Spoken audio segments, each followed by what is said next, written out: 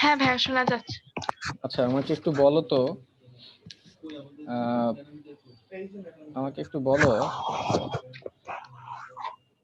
যে ডেসিমোলার দ্রবণ কোনগুলা?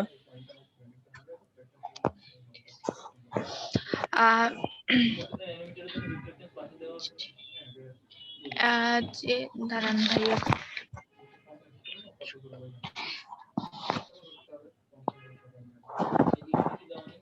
স্থির তাপমাত্রায় ডেসিমোলার দ্রবণ। জি ভাইয়া বলতেছি, স্থির তাপমাত্রায় প্রতি লিটার প্রতি 0.1 লিটার 0.1 লিটার দ্রবণে দ্রবীভূত দ্রব্যের মোল সংখ্যাকে ওই দ্রবণের মোলারিটি বলে না ভাইয়া, মানে 0.1 মোলার দ্রবণটাই হচ্ছে আপনার ডেসিমোলার দ্রবণ। তার মানে যে দ্রবণের ঘনমাত্রা 0.1 মোলার সেই দ্রবণকে জি ভাইয়া। ডেসিমোলার দ্রবণ বলে। খুব সহজভাবে বললেই তো হয়, যে দ্রবণের ঘনমাত্রা 0.1 মোলার তাকে ডেসিমোলার দ্রবণ বলে। জি ভাইয়া, সেমিমোলার দ্রবণ কাকে বলে? ওই যে দ্রবণে 0.01 মোলার দ্রবীভূত থাকে। সেমিমোলার 0.5 মোল ভাইয়া, সেন্টিমোলারটা বলতে। আচ্ছা দেখো, আমরা এর আগে ক্লাসে ঘনমাত্রা পড়েছিলাম, প্রাইমারি স্ট্যান্ডার্ড পদার্থ পড়েছি, সেকেন্ডারি স্ট্যান্ডার্ড পদার্থ পড়েছি, প্রমাণ দ্রবণ পড়েছি। প্রাইমারি স্ট্যান্ডার্ড পদার্থ কাকে বলে?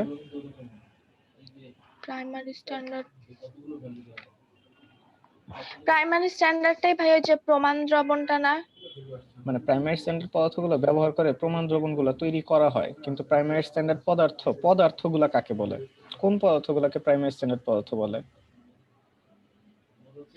যে সকল পদার্থ আপনার ওই যে বায়ুতে রেখে দিলে ঘনমাত্রার কোনো পরিবর্তন হয় না। আচ্ছা ঠিক আছে, বলো HCl এটা কি সেকেন্ডারি স্ট্যান্ডার্ড পদার্থ না প্রাইমারি স্ট্যান্ডার্ড পদার্থ?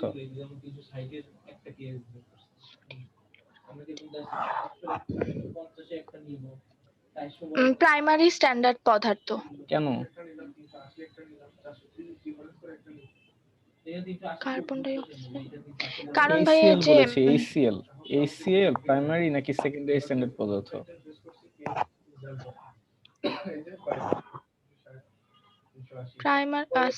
সেকেন্ডারি ভাইয়া, সেকেন্ডারি। শিওর? জি ভাইয়া। হ্যাঁ, HCl হচ্ছে সেকেন্ডারি স্ট্যান্ডার্ড পদার্থ। হ্যাঁ সেকেন্ডারি, কারণ হচ্ছে প্রাইমারি স্ট্যান্ডার্ড পদার্থে আর কি কার্বন ডাই অক্সাইড যুক্ত থাকে। কি যুক্ত থাকে? এগুলা কই পাইলা? কে বলছে? প্রাইমারি স্ট্যান্ডার্ড পদার্থ কোনগুলা? কার্বন K2Cr27 এটা কি প্রাইমারি না সেকেন্ডারি? প্রাইমারি। কেমনে বুঝলা? টেকনিকটা কি বলছিলাম যে সি এই ওয়ার্ডটা থাকবে।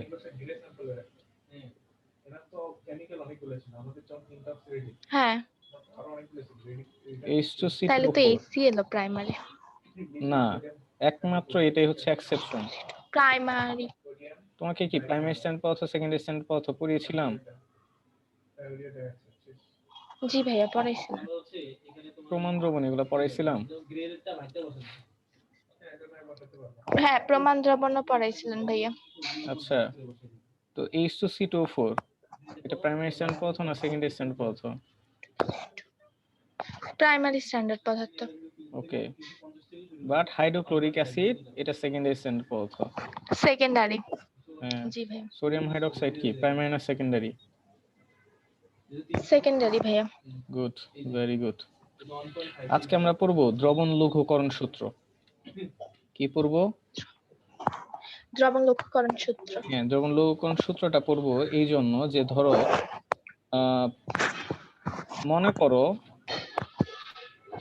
মনে করো তুমি হচ্ছে কখনো রুটি বানাইছো? না ভাইয়া। রুটি বানাও নাই? রুটি বানানো দেখছো? দেখছি ভাইয়া। আচ্ছা, ওইখানে যে হচ্ছে তোমার আটা যে পানি দিয়ে গুলে, এটা তো জানো? জি জি ভাইয়া।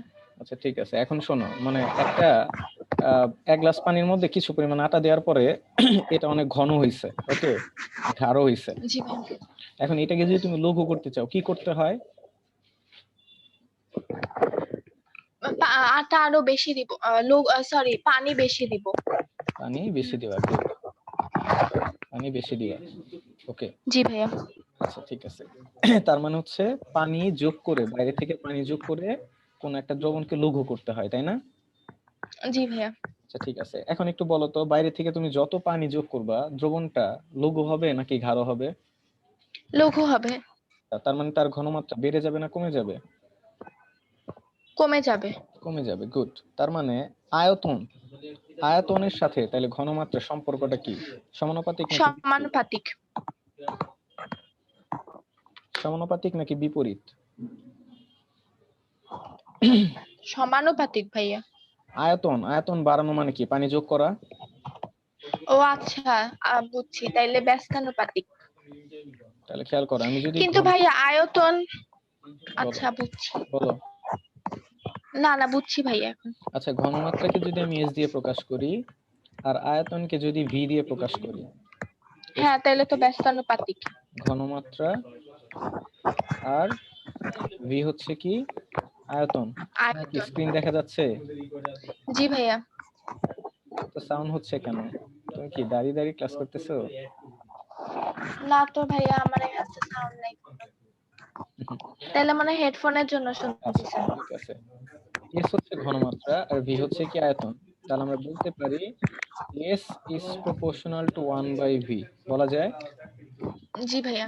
তাহলে এইখান থেকে আমি সমানুপাতিক চিহ্ন তুলে দিলে কি আসবে? একটা ধ্রুবক আসবে 1/v। হুম। জি তাহলে ভাইয়া। এখান থেকে লেখা যায় কি? এসভি ইকুয়ালস টু কে, যেখানে এস হ্যাঁ। ঘনমাত্রা, ভি হচ্ছে আয়তন, কে হচ্ছে কি? একটা ধ্রুবক। ধ্রুবক। তাহলে আমি যদি বলি যে প্রাথমিক ঘনমাত্রা হচ্ছে S1, প্রাথমিক আয়তন হচ্ছে V1, এরপরে আমি পানি মিশাইলাম, মিশানোর পরে এর আয়তন হলো V2 আর ঘনমাত্রা হলো S2, ওকে। কারণ আমরা S2। জানি জি আয়তন ভাইয়া। বৃদ্ধি করলে ঘনমাত্রা পরিবর্তন হয়ে যাবে। তাহলে জি আমরা ভাইয়া। লিখতে পারি S1 V1 সমান সমান S2 V2। V2। জি ভাইয়া। তাহলে এখান থেকে একটা সূত্র পাওয়া গেলে S1 V1 সমান সমান S2 V2, S2 V2। ওকে। যেখানে S1 টা হচ্ছে এই প্রথম অবস্থায় যে ঘনমাত্রা, সেটাকে আমরা বলতেছি S1, বুঝতে পারছো? জি ভাইয়া। আর প্রথম অবস্থায় যে আয়তনটা আছে এটাকে আমরা কি বলতেছি? এটা V1। V1। আচ্ছা, আর পরবর্তী যে আয়তনটা, সেটা কি আমার দ্রবণটা লঘু হওয়ার পরে আয়তন না? জি সেটাকে আমি ভাইয়া। বলতেছি V2। আর লঘুকৃত দ্রবণের ঘনমাত্রা অর্থাৎ পরবর্তী ঘনমাত্রা যেটা আছে এটাকে বলতেছি S2, বুঝতে পেরেছো? S2। জি ভাইয়া। আচ্ছা, এবার একটা জিনিস খেয়াল করো, আমরা 1 নাম্বার ম্যাথটা দেখবো। S1 V1 সমান S2 V2, এই সূত্র দিয়ে আমরা ম্যাথ করব, লাগবে এখন। হ্যাঁ, উদাহরণ 1 নাম্বার কি প্রশ্ন বলেছে? 1.28 মোল H2SO4 দ্রবণের কত আয়তনকে পানি দ্বারা 500 মিলিলিটার করা হলে দ্রবণের মাত্রা 0.1 মোল হবে? আচ্ছা, তাহলে কি বলছে? সালফিউরিক অ্যাসিডের কি দেয়া আছে? ঘনমাত্রা দেয়া মোলারিটিটা আছে, মানে ঘনমাত্রা দেওয়া আছে। জি ওকে। ভাইয়া। এই যে ঘনমাত্রাটা দেয়া আছে এটা কি? S1, right? S1। জি ভাইয়া। ওকে। আর এই যে 500 ml, 500 ml এটা কি দেয়া আছে? V1। 500 ml দেয়া আছে হচ্ছে,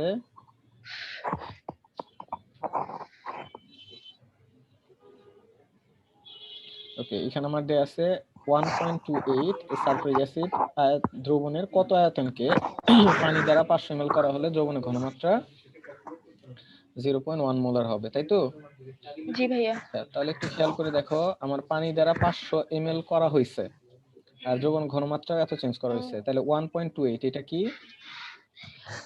S1। S1, ওকে। আচ্ছা, জি ভাইয়া। S1। আর আমার এইখানে এই যে 500 ml দেয়া আছে এটা কি?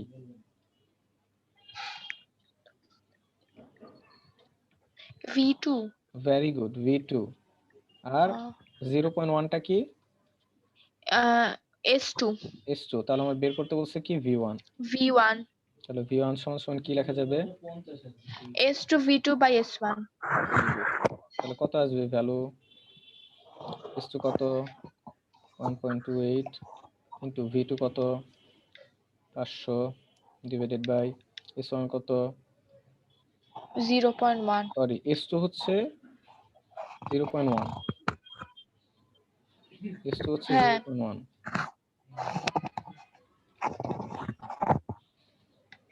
আর এটা হচ্ছে 1.28। 500টা তো ভাই মিলিলিটার আছে, এটাকে লিটারে করতে হবে না? লিটার করতে হবে।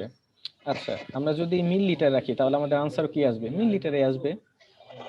আচ্ছা হচ্ছে বুঝছি 0.1, V2 হচ্ছে 500 ডিভাইডেড বাই S1 কত? 1.28। ভাইয়া ক্যালকুলেশন 39.06 39.06। ইউনিটটা কি আসবে? মিলিলিটার। বুঝতে পেরেছি? মিলিলিটার। জি ভাইয়া। ক্লিয়ার? বুঝতে পেরেছো? বুঝছি ভাইয়া। আচ্ছা ঠিক আছে। এরপরে 3 নাম্বার পারা যাবে? পারবো ভাইয়া, একই রকম। আচ্ছা, আমাকে একটু 3 নাম্বারটা বলো তো, আমাকে একটু বলো, আমি হচ্ছে করি। কি বলছে? 50 ml, এটা কি? 50 ml তো এস V1। V1। 0.15 টা কি? S1। এনে এটা V2 বের করতে হবে। এটা হচ্ছে S1 আর এটা হচ্ছে V1। আর কি পরিমাণ দেখো, প্রশ্ন কি বলেছে, প্রশ্নটা পড়ো। মানে কি পরিমাণ পানি মিশালে? ও তাইলে 50 ml টা ভাইয়া V1, V2, হ্যাঁ ঠিক আছে, তো V। 50 ml V1, তারপরে 0.15 S1, আর এখানে আমার হ্যাঁ 0.1 মোলার দেয়া আছে, যেটা এটা কি S2। ওকে, তাহলে আমার বের করতে হবে কি S2। V2। জি ভাইয়া, তো V2 বের করতে হবে। এক্স্যাক্টলি, আমি V2 টা বের করি, তাহলে V2 ইকুয়াল টু কত আসবে? S1 V1 by S2। তাহলে V2 ইকুয়ালস টু হচ্ছে S1 V1 divided by S2। S1 এর ভ্যালু কত? 0.15। 0.15। V1 এর ভ্যালু কত? 50 ডিভাইডেড বাই S2 এর ভ্যালু ভাইয়া কত? 75। 0.1। কত আসছে? 75। 75 কি আসছে? Millilitre, right? জি ভাইয়া। ওকে, এখন বলো তো প্রশ্নটা বলেছিল কি? প্রশ্ন কি বলেছে? কি পরিমাণ পানি মিশালে? হ্যাঁ, পানি মিশাইতে হবে। তাহলে দেখো তো, একটা জিনিস হচ্ছে এখানে ভালো করে বোঝো। ধরো আহ এই যে একটা গ্লাস আছে, ওকে, জি ভাইয়া। এই গ্লাসের মধ্যে একটা দ্রবণ আছে। এই দ্রবণের আয়তন যখন 50 ml, তখন তার ঘনমাত্রা থাকে কত? তখন তার ঘনমাত্রা থাকে 0.15। 0.15। জি আচ্ছা, ভাইয়া। 0.15 মোলার। আর যখন এই দ্রবণের ঘনমাত্রা হয়ে যাবে 0.1 মোলার, মানে যখন দ্রবণটা লঘু হয়ে গেছে, তখন তার আয়তন V2 কত হবে?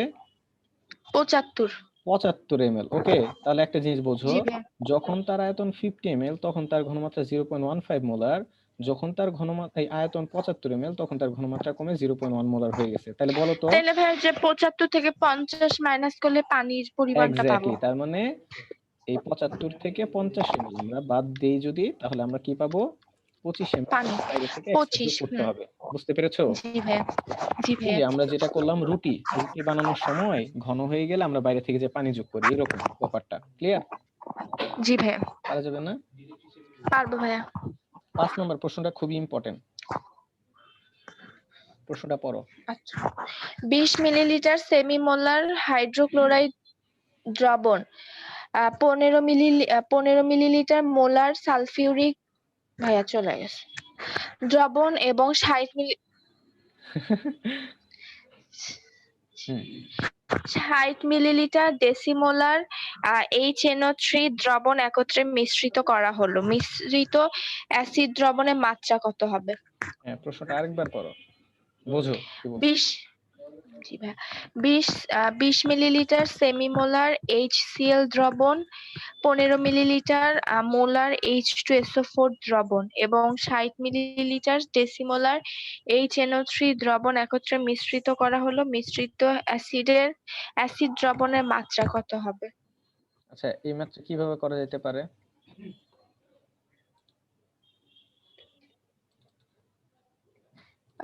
ভাইয়া, একটা মোলারে দেওয়া আছে, একটা সেমি মোলারে দেওয়া আছে, একটা ডেসিমোলার, সবগুলাকে আগে মোলারে নিয়ে আসবো। ভেরি গুড, খুব সুন্দর একটা জিনিস ধরতে পারছো। ওকে, স্ক্রিন দেখা যাচ্ছে? জি ভাইয়া। ওকে, একটা জিনিস খেয়াল করো, এখানে আমার যেহেতু 3টা অ্যাসিড দেয়া আছে এবং 3টা অ্যাসিডের কিন্তু 3টা ঘনমাত্রা দেয়া আছে, রাইট? একটা সেমিমোলার, হ্যাঁ একটা মোলার আর একটা হচ্ছে ডেসিমোলার। আমরা ডেসিমোলার। আমরা যেটা করব সেটা হচ্ছে এই তিনটার ঘনমাত্রাকে একটা ফরম্যাট আগে নিয়ে আসব। আমরা সবগুলাকে মনে করো মোলার দ্রবণে নিয়ে আসলাম, ওকে? জি ভাইয়া। আচ্ছা, মোলার দ্রবণে নিয়ে আসবো, এরপরে হচ্ছে আমরা ম্যাথটা করব। খেয়াল করো আমরা কিভাবে অঙ্কটা করব। আচ্ছা এই প্রশ্নটা ইম্পর্টেন্ট, খেয়াল করো। 20 মিলিলিটার সেমি মোলার মানে কি 0.1 মোলার HCl, রাইট? সেমিমোলার ভাই 0.5 না? Very good. যাক, মনে আছে তাহলে। 0.5 5 মোলার মোলার। HCl। এটার জি ভাইয়া। সমান সমান, খেয়াল করো এখানে আমি তিনটা দাগ দিছি, তিনটা দাগ দেওয়া মানে ইকুইভ্যালেন্ট। তার মানে হ্যাঁ 20 মিলিলিটার 0.5 মোলার HCl এর সমতুল্য হচ্ছে, এর সমতুল্য হচ্ছে 20 ইন্টু 0.5 0.5। Millilitre 1 molar HCl। এটা কিভাবে জি আসছে ভাইয়া। জানো কি, নাকি দেখাবো? ওই যে না ভাইয়া, মানে ওই যে আহ ডেসিমোলার থেকে মোলার দ্রবণে যাইতে হলে গুণ করতে হবে না, এটা এরকম। সব জায়গায় এভাবেই করতে হবে। খেয়াল করো এই যে ও S1 হচ্ছে 0.5, ওকে? V1 কত? হ্যাঁ 20 মিলিলিটার, ওকে? 20। S2 জি কত? ভাইয়া। 1, ওকে? তাহলে V2 জি ইকুয়ালস টু ভাইয়া। কিভাবে হবে খেয়াল করো তো। আমি যদি S2 1 বলি তাহলে এই দুইটা জাস্ট গুণ করে দিলেই হচ্ছে না? ও হ্যাঁ হ্যাঁ হ্যাঁ, হ্যাঁ ভাইয়া সো এই বুঝছি। যে এইভাবে আসছে, ওকে? আচ্ছা ভাইয়া। তাহলে এখানে বলো এখানে কত আসবে? 20 কে গুণ করলে কত হবে? 10। 10। জি ভাইয়া। 10 মিলিলিটার, তার মানে হচ্ছে 20 মিলিলিটার 0.5 মোলার HCl যে কথা, 10 মিলিলিটার 1 মোলার HCl ও একই কথা, বুঝতে সেই পেরেছো? কথা।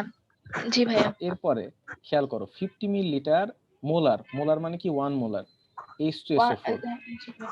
এটার ইকুইভ্যালেন্ট টু কত হবে তাহলে? 15টা কিসে আছে? 15ই হবে ভাইয়া। 1 না মোলার হ্যাঁ H2SO4, 15ই হবে। রাইট? তার মানে এখানে যা আছে জি তাই। ভাইয়া। এরপরে হচ্ছে হ্যাঁ কি 60 মিলিলিটার ডেসিমোলার, ডেসি মানে কি ডেসিমোলার 0.1 মোলার 1, ওইটার HNO3। সাথে 60 গুণ হবে। হ্যাঁ, তাহলে কত হবে? 6 মিলিলিটার 1 6 মোলার হ্যাঁ ভাইয়া 6 মিলিলিটার। HNO3, বুঝতে পারছো? জি ভাইয়া। তাহলে আমি যদি সবগুলাকে যোগ করি তাহলে বলো তো আয়তন টোটাল হবে কত? দাঁড়ান ভাই একটু করি। কেন 15 6 21, 21 আর 2 31, 31। 31 হ্যাঁ হ্যাঁ মিলিলিটার। আর ভাইয়া। এদের সবার ঘনমাত্রা কত? 1 মোলার। 1 মোলার। তাহলে এইখানে আমার যে 31 মিলিলিটার আসলো এটা কি আমার টোটাল আয়তন, রাইট? তাহলে জি এটাকে আমি ভাইয়া। ধরো বললাম V1, হুম। আর হচ্ছে আমার এই যে আহ, ঘনমাত্রা যেটা আছে এটাকে আমি কি বলতে পারি? V2 S1 sorry. S1, right? জি ভাইয়া। আচ্ছা ঠিক আছে। এইখানে একটা জিনিস খেয়াল করো যে এই যে আমার যে HCl টা ছিল, HCl থেকে আমার H প্লাস আসবে কয়টা? একটা। একটা। হুম। নাইট্রিক অ্যাসিড থেকে H প্লাস আসবে কয়টা? একটা। কিন্তু সালফ্রিক অ্যাসিড থেকে H প্লাস কয়টা আসবে বলো তো? দুইটা। দুইটা। সো দুইটার জন্য খেয়াল করো আমাদের যেহেতু বলছে অ্যাসিডের ঘনমাত্রা, তাই এইখানে আমার যে এই যে আয়তনটা আছে এই আয়তনটা হচ্ছে 2 দিয়ে গুণ হয়ে যাবে, ওকে? আচ্ছা ভাইয়া। কারণ এখানে আমার দুইটা কিন্তু আসবে, দুইটা H প্লাস আসবে, ওকে? সো আলটিমেটলি এখানে বুঝছি হবে ভাইয়া। 30 মিলিলিটার, ওকে? তাহলে টোটাল কত হয়? আচ্ছা 30 প্লাস 10 40 মিলিলিটার, আর 6 এ হচ্ছে 46। বুঝছি।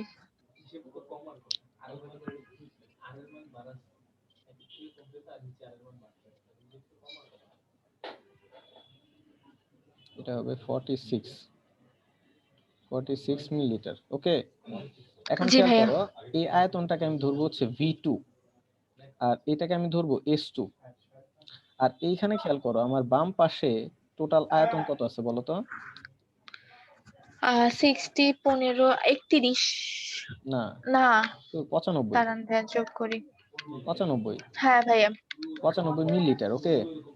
জি তাহলে ভাইয়া। একটা জিনিস খেয়াল করো যে এই যে আমার তিনটা পাত্র আছে, এই তিনটা পাত্রে টোটাল 95 মিলিলিটার আছে, এটা হচ্ছে আমার V1, ওকে? হ্যাঁ। জি এরপরে আমি ভাইয়া। এদের ঘনমাত্রা সবগুলাকে চেঞ্জ করে ফেলছি না? চেঞ্জ করে কত পাইছি? হুম।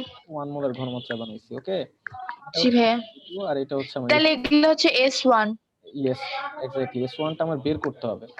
1. ও কেন ভাই এগুলা যোগ করলে আমার S1 আসে না? কোনগুলা কি এদেরকে? হ্যাঁ। না, অথবা তুমি এটাও বলতে পারো যে কেন? হ্যাঁ এগুলো আসবে না, কারণ হচ্ছে দেখো নরমালি কি হয় যে আমি এদের প্রত্যেকের ঘনমাত্রাকে দেখো 1 মোলার বানিয়ে নিচ্ছি, রাইট? জি ভাইয়া। তার মানে ঘনমাত্রা আমি চেঞ্জ করে ফেলছি ও যে আচ্ছা, 46 বুঝছি লিটারে আমার বুঝছি। ঘনমাত্রা এটা, তো 95 হ্যাঁ আমার হ্যাঁ, ঘনমাত্রাটা আসলে কত ছিল এটা আমার দেখতে হবে। বুঝছি। তো আমার S1 ইকুয়ালস কি হবে, যে S1 equal to S2 V2 by V1. V1, so ultimately হচ্ছে কত 46 ইনটু 1 ডিভাইডেড বাই 95, সো ঘনমাত্রা কত আসবে?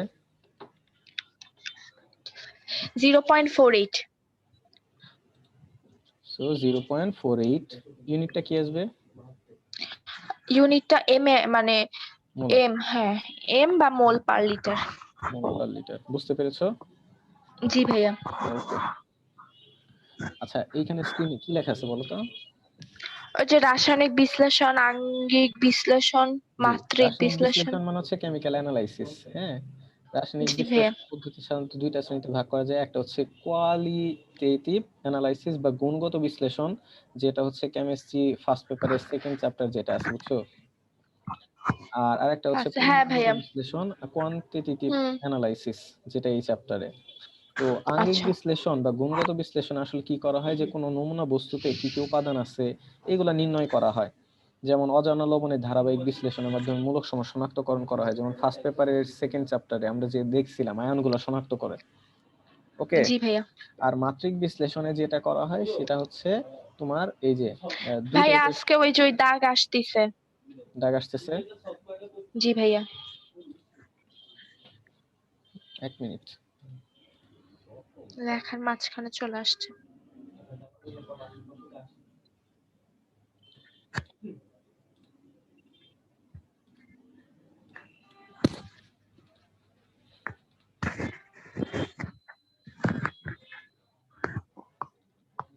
স্যার আবার ক্লাস কখন? আজকে আর নাই ভাইয়া। স্যার রেগুলার কিন্তু পড়া হচ্ছে না, পড়াশোনা মনে হয় কম হচ্ছে অনেক। করি তো ভাইয়া, সব সাবজেক্ট পড়ি তো, তাই আর কি একটু সব কম সাবজেক্ট কম পড়ো হয়ে মানে যায়। আমার সাবজেক্টটা পড়ো না, তাই তো? না না, পড়ি ভাইয়া। এখন ঠিক আছে? হ্যাঁ ভাইয়া, এখন ঠিক আছে। ওকে, সো খেয়াল করো যে মাত্রিক বিশ্লেষণ বা হচ্ছে পরিমাণগত বিশ্লেষণে আসলে হচ্ছে নমুনা বস্তু যেগুলো আছে এদের উপাদানের আসলে পরিমাণটা নির্ণয় করা হয়, এবং দুই ভাবে করা হয়, একটা ভলিওমেট্রিক আছে আর একটা হচ্ছে গ্র্যাভিমেট্রিক।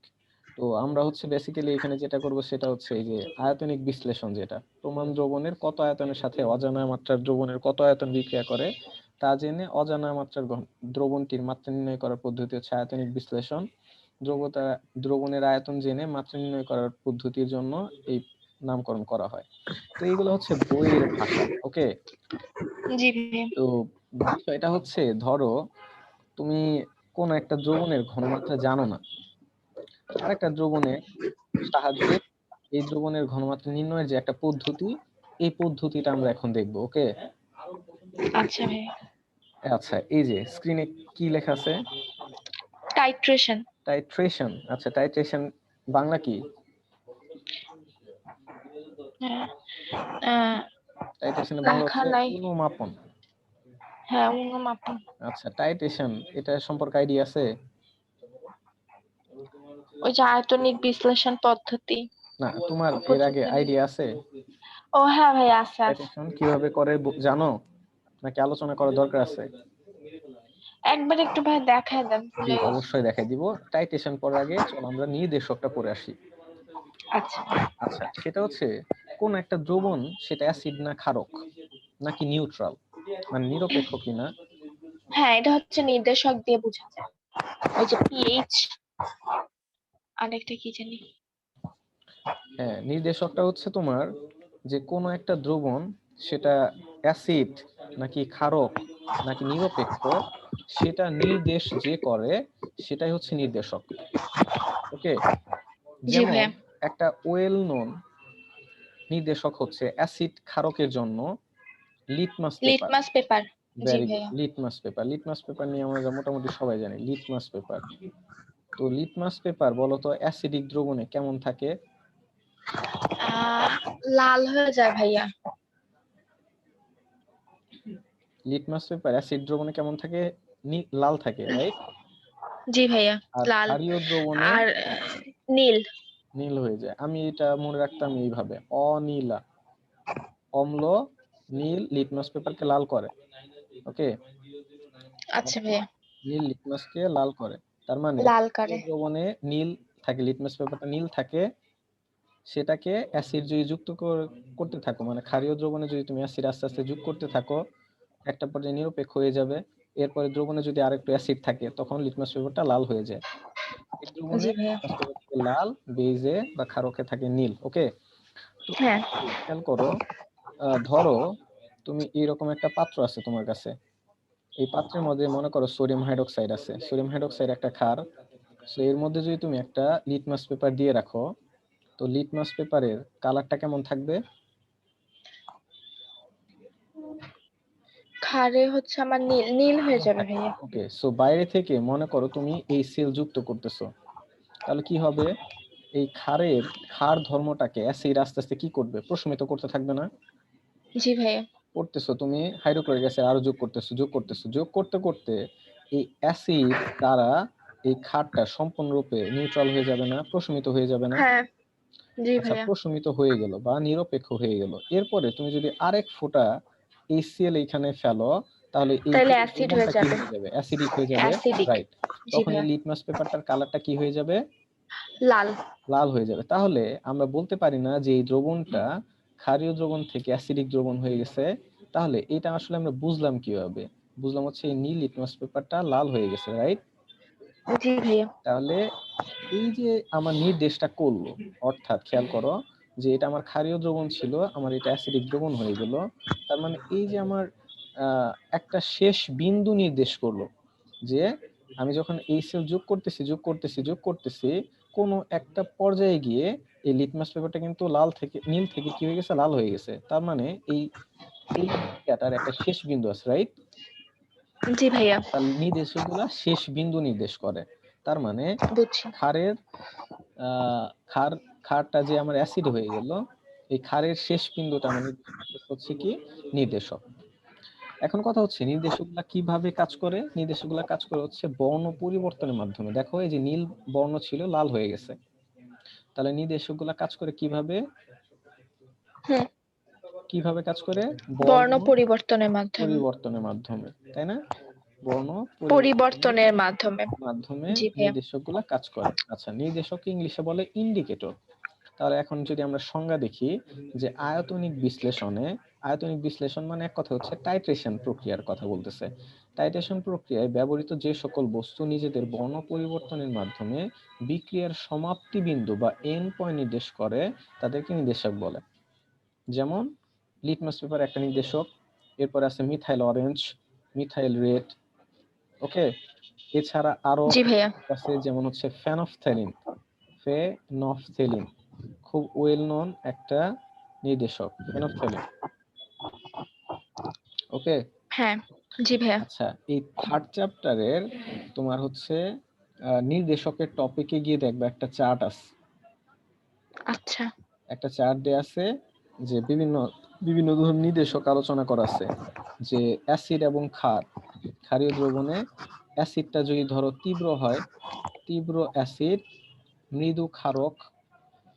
মৃদু ক্ষারক, আবার হচ্ছে মৃদু অ্যাসিড, তারপর হচ্ছে তীব্র ক্ষারক, এরপর হচ্ছে তীব্র অ্যাসিড, তীব্র ক্ষারক, হ্যাঁ এরকম, আর মৃদু অ্যাসিড, মৃদু ক্ষারক, এরকম করে একটা চার্ট দেয়া আছে। এই নির্দেশকগুলা খুব সিলেক্টিভ, বুঝছো? যে প্রতিটা জি ভাইয়া। বিক্রিয়ার জন্য এক একটা নির্দেশক নির্দিষ্ট করা আছে। ধরো তীব্র অ্যাসিড এবং মৃদু ক্ষারক এই বিক্রিয়ার জন্য তুমি যে ধরনের নির্দেশক ব্যবহার করবা, মৃদু অ্যাসিড তীব্র ক্ষারকের জন্য ওই নির্দেশক কাজ করবে না। কারণ প্রতিটা নির্দেশক আচ্ছা। একটা নির্দিষ্ট পিএইচ এ কাজ করে, প্রতিটা নির্দেশক একটা নির্দিষ্ট পিএইচ এ নির্দিষ্ট কাজ পিএইচ করে। এ কাজ করে। মনে হুম। করো তীব্র অ্যাসিড মৃদু ক্ষারক এই বিক্রিয়ার জন্য তুমি মিথাইল অরেঞ্জ ব্যবহার করতে পারো। কারণ হচ্ছে এই মিথাইল অরেঞ্জটা তীব্র অ্যাসিড মৃদু ক্ষারক এই পিএইচ এর রেঞ্জের মধ্যে কাজ করে। সিমিলারলি মৃদু অ্যাসিড তীব্র ক্ষার এটার ক্ষেত্রে তুমি ইউজ করতে পারো ফেনফথেলিন।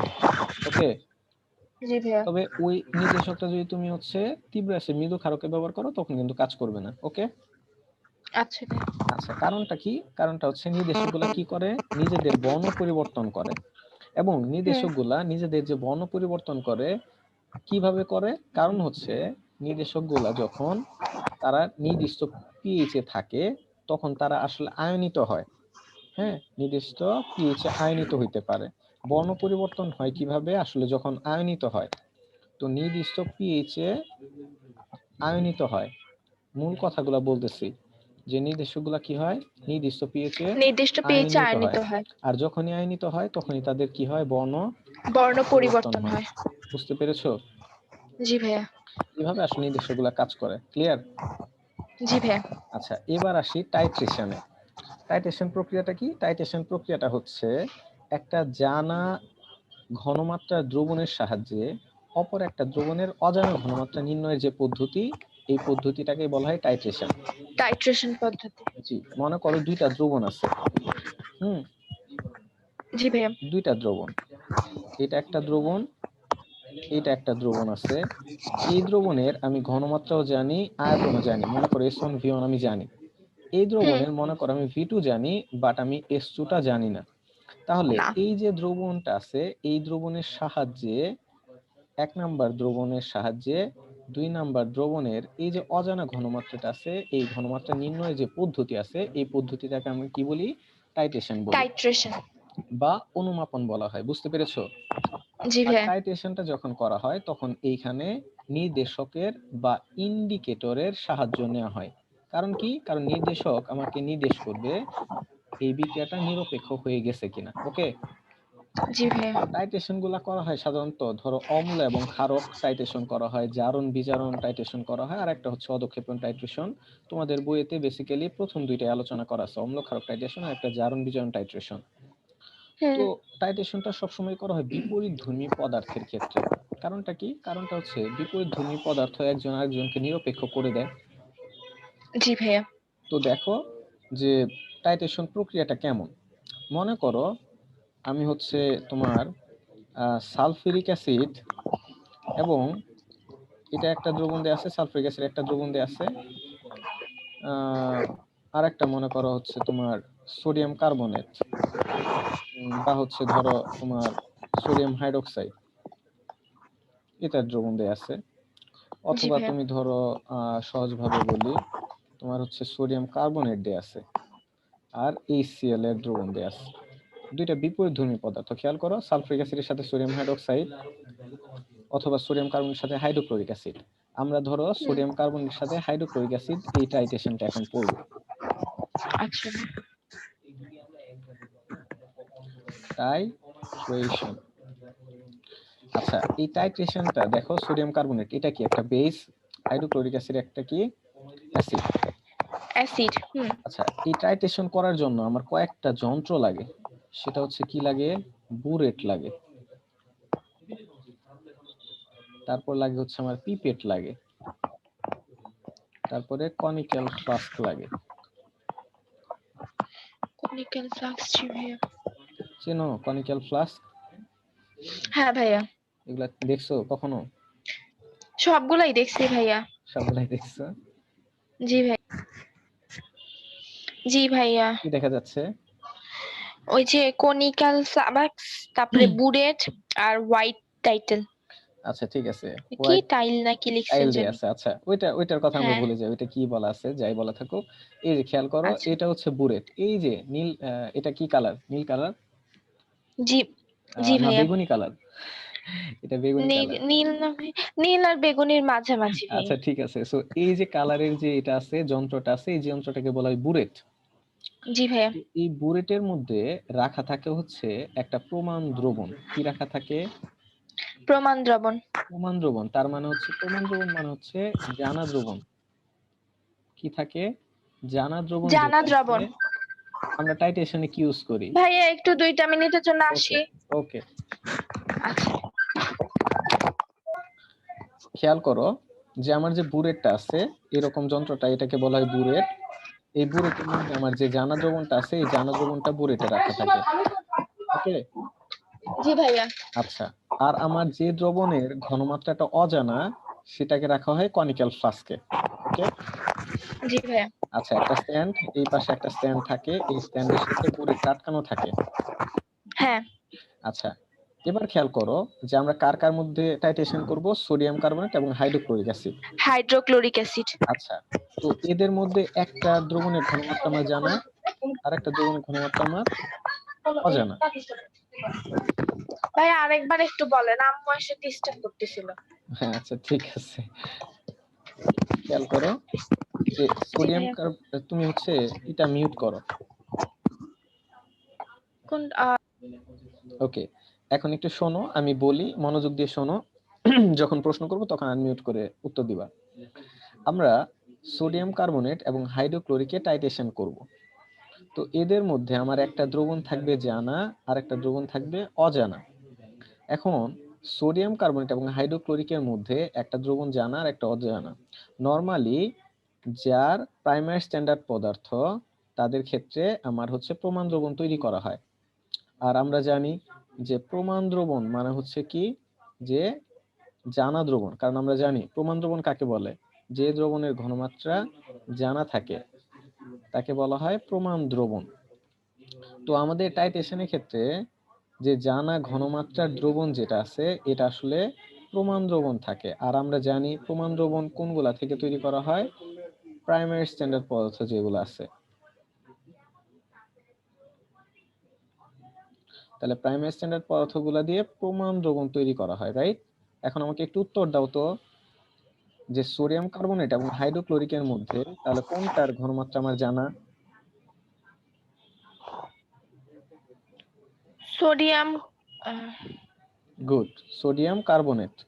হ্যাঁ, সোডিয়াম কার্বনেট। কারণ এটা হচ্ছে প্রাইমারি স্ট্যান্ডার্ড পদার্থ, তাই হ্যাঁ, এটা দিয়ে প্রমাণ দ্রবণ তৈরি করা হবে, তাই এর ঘনমাত্রাটা আমার কি থাকে, জানা থাকে। তাহলে খেয়াল করো, আমি এই বুরেটের মধ্যে একটা সোডিয়াম কার্বনেটের দ্রবণ প্রবেশ করাবো।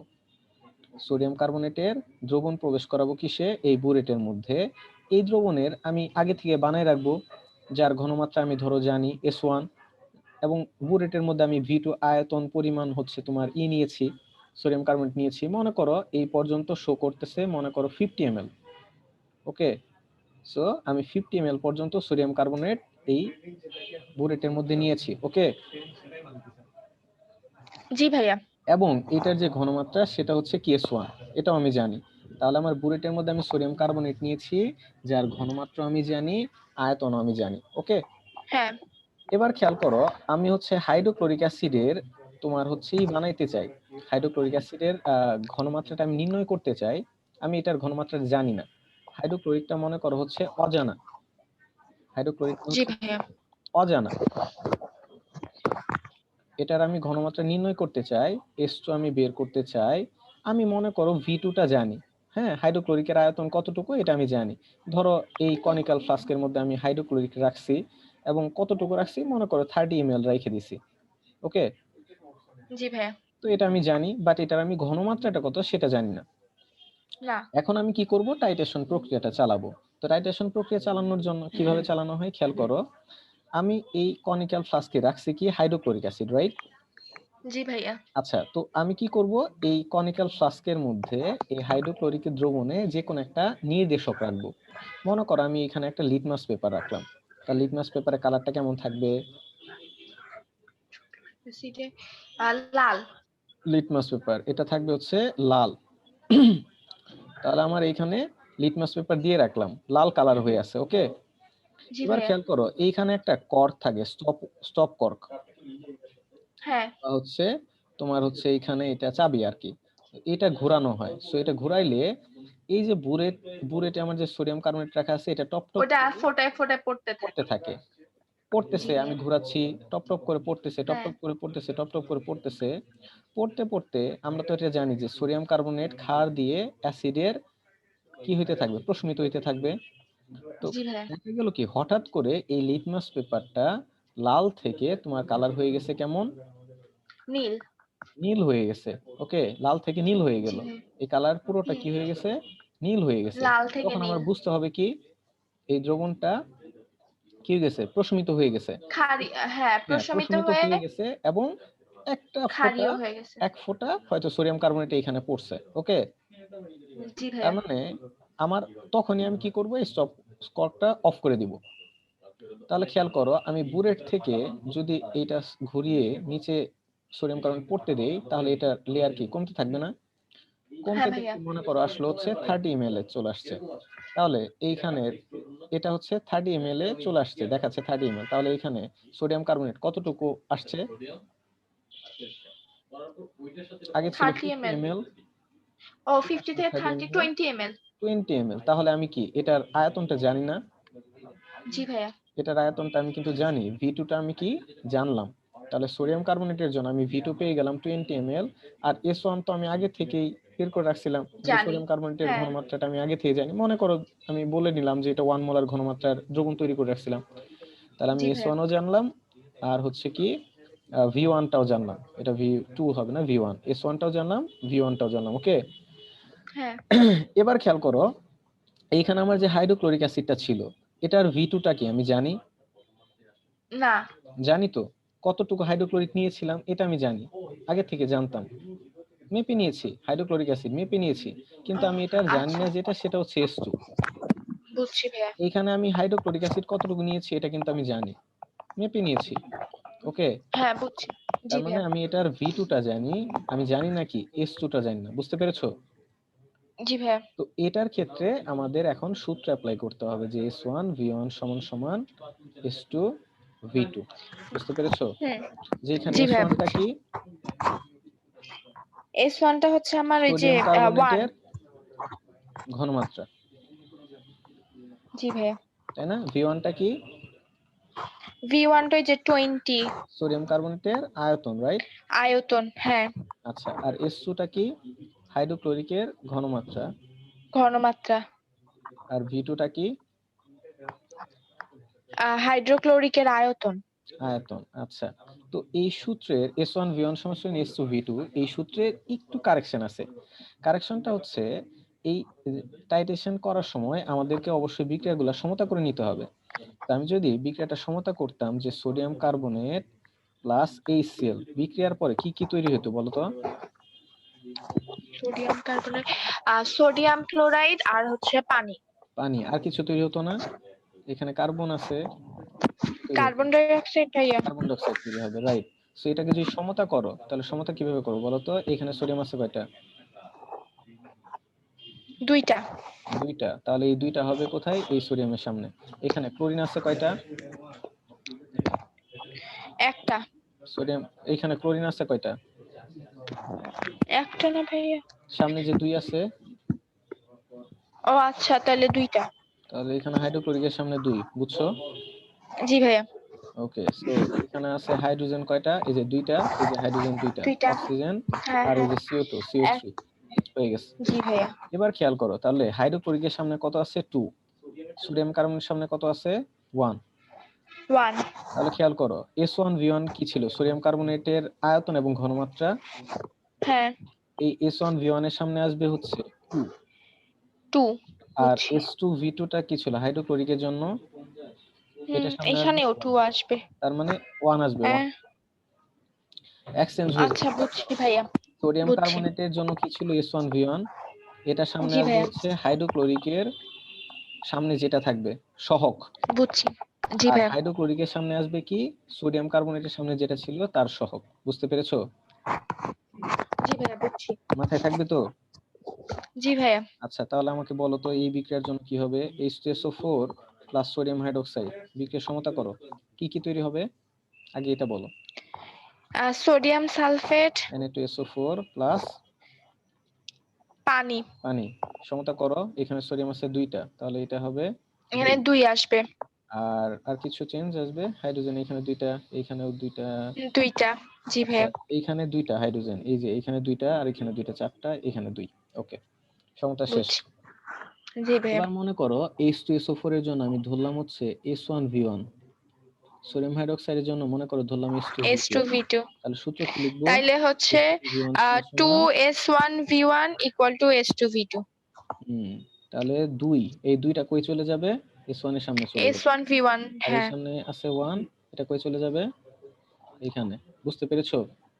জি ভাইয়া তাহলে একটু খেয়াল করো, তাহলে আমরা এইখান থেকে এই যে S1 জানি, V1 জানি, V2 জানি, S2 জানি না, এই সূত্র থেকে এখান থেকে পারা যাবে না? জি ভাইয়া পাওয়া যাবে ইকুয়াল টু 2S1 V1 সমান সমান V2 পারা যাবে? S2 V2 জি ভাইয়া ওকে, বুঝতে পেরেছো? এটাই হচ্ছে টাইটেশন জি প্রক্রিয়া। ভাইয়া তো এইরকম হুম টাইটেশনের আমরা ম্যাথ করার সময় এই সূত্রটা কিন্তু অ্যাপ্লাই করব। ওকে, আচ্ছা ভাইয়া এখন খেয়াল করো, এই যে জারণ বিজারণ টাইটেশন আছে, এই জারণ বিজারণ টাইটেশনের ক্ষেত্রেও আমাদের সেম সূত্রটাই হবে। খেয়াল করো, S1 V1 S2 V2 এটা কি দুইটা ভিন্ন ভিন্ন অ্যাসিড ক্ষারের জন্য ছিল, রাইট? হ্যাঁ আচ্ছা, আমাদের জারক বিজারকের যে বিক্রিয়াগুলো আছে, এই বিক্রিয়াগুলোতেও কি হয়? দুইটা ভিন্ন ভিন্ন পদার্থের জন্য হয় না জি ভাইয়া টাইটেশনটা? যেমন খেয়াল হুম করো, KMnO4 plus sulphuric acid plus ferrous sulphate সমতা কি কি উৎপন্ন যেন হয় বলতো? K2SO4 very good, K2SO4 MnSO4 MnSO4 Fe2 আরেকটু, এই যে SO4 into জারকের 3 অক্সিজেন কিসে পরিণত হয়? পানিতে। পানিতে প্লাস Fe2SO4 SO4 3। into 3 আচ্ছা, তারপর সমতা করলে কি যেন করতে হয়? কিভাবে? তুল্য সংখ্যা দিয়ে। তুল্য সংখ্যা হ্যাঁ FeSO4 এর তুল্য সংখ্যা KMnO4 এর সামনে যাবে গুড। Fe2SO4 ওইভাবে এর তুল্য করে আর সংখ্যা কি কত? 1। KMnO4 1 তুল্য আর সংখ্যা কত? KMn 5 সো 5 যাবে হচ্ছে এখানে, আর 1 আসবে এখানে। এরপর আমরা বাম পাশ ডান পাশ মিলাবো, রাইট? এখানে জি ভাইয়া বাম পাশে আছে পটাশিয়াম একটা, এইখানে আছে দুইটা, তাই এখানে হাফ। এখানে হাফ একটা আসবে ম্যাঙ্গানিজ, এখানে একটা ম্যাঙ্গানিজ, এখানে অক্সিজেন 4টা, তাহলে জি ভাইয়া পানির সামনে 4, আর এখানে আয়রন হুম হচ্ছে 5টা, এখানে 2টা আছে, সো এখানে হবে 5/2। এরপরে জি আমরা জি কি ভাইয়া করতাম? হাইড্রোজেন, এখানে 4 দুগুণ 8টা, সো এখানে হচ্ছে 4 দুগুণ 8টা। এরপর আমরা যেটা হুম করেছিলাম, কি করেছিলাম, যে ফ্র্যাকশন তুলে দেওয়ার জন্য 2 দিয়ে গুণ করেছিলাম, সো 2KMnO4 প্লাস 8H2SO4। বুঝতেছো? জি ভাইয়া তারপরে 10 FeSO4 আচ্ছা, K2SO4 এগুলা আর লিখতেছি না, এগুলা যা আছে তাই থাকুক। এবার খেয়াল করো, আচ্ছা যদি এরকম হয় KMnO4 এর ঘনমাত্রা যদি হয় S1, আয়তন যদি হয় V1, আর FeSO4 এটার ঘনমাত্রা যদি হয় S2 V2, তাহলে আমরা সূত্র কি লিখতে পারবো? S1 V1 সমান সমান 10S1 V1 V2। equal to 2S2 V2 তাহলে S1 V1 এর সামনে কত আসবে? 10 10। Very good. আর S2 V2 সামনে আসবে কত? 2 2। বুঝতে পেরেছো? জি ভাইয়া এবার যদি তোমাকে S1 টা ধরো দিয়ে দেয়, V1 টা যদি তোমাকে দিয়ে দেয়, V2 টা তোমাকে যদি দিয়ে দেয়, S2 টা যদি না দিয়ে দেয়, পারা যাবে না? হ্যাঁ ভাইয়া পারবো পারা যাবে? জি ভাইয়া ওকে, সো এইখান থেকে আরেকটা শর্টকাট শেখাই। 2 দিয়ে ভাগ করো, ভাগ করলে কত হয়? 5S1 V1 সমান সমান S2 V2। S2 V2 আচ্ছা, এবার একটা জিনিস খেয়াল করো তো, S1 V1 টা কি কার ছিল, কার জন্য ছিল? KMnO4। আর S2 V2 কার জন্য ছিল? FeSO4 FeSO4। তাহলে একটা জিনিস খেয়াল করো, এই যে KMnO4 সামনে কত আছে? 5 না? জি ভাইয়া এই KMnO4 এর 5টা কি তুল্য সংখ্যা না? হ্যাঁ আর FeSO4 এর 1 কি তুল্য সংখ্যা? সো এর সামনে আছে 1। আহ, জি তার মানে ভাইয়া তার মানে তুমি কিন্তু খুব সহজেই বিক্রিয়া না করেও কিন্তু তুমি, ধরো বিক্রিয়া পারতেছো না, তারপরেও কিন্তু তুমি সূত্র লিখতে পারবা, হুম তাই না? হ্যাঁ যেমন সূত্রের ক্ষেত্রে আমার তুল্য সংখ্যা এক্সচেঞ্জ হবে না বিক্রিয়ার সময় এক্সচেঞ্জ হবে এক্স্যাক্টলি। তাহলে খেয়াল করো, এইখানে আমি তোমাকে একটু এই যে ধরো এর ক্ষেত্রে তুমি বিক্রিয়া জানো না, ওকে? হুম, আচ্ছা ধরো ভাইয়া তোমার এটা আছে S1 V1 আর এটা হচ্ছে S2 হুম V2, তাহলে সূত্রটা কি হবে?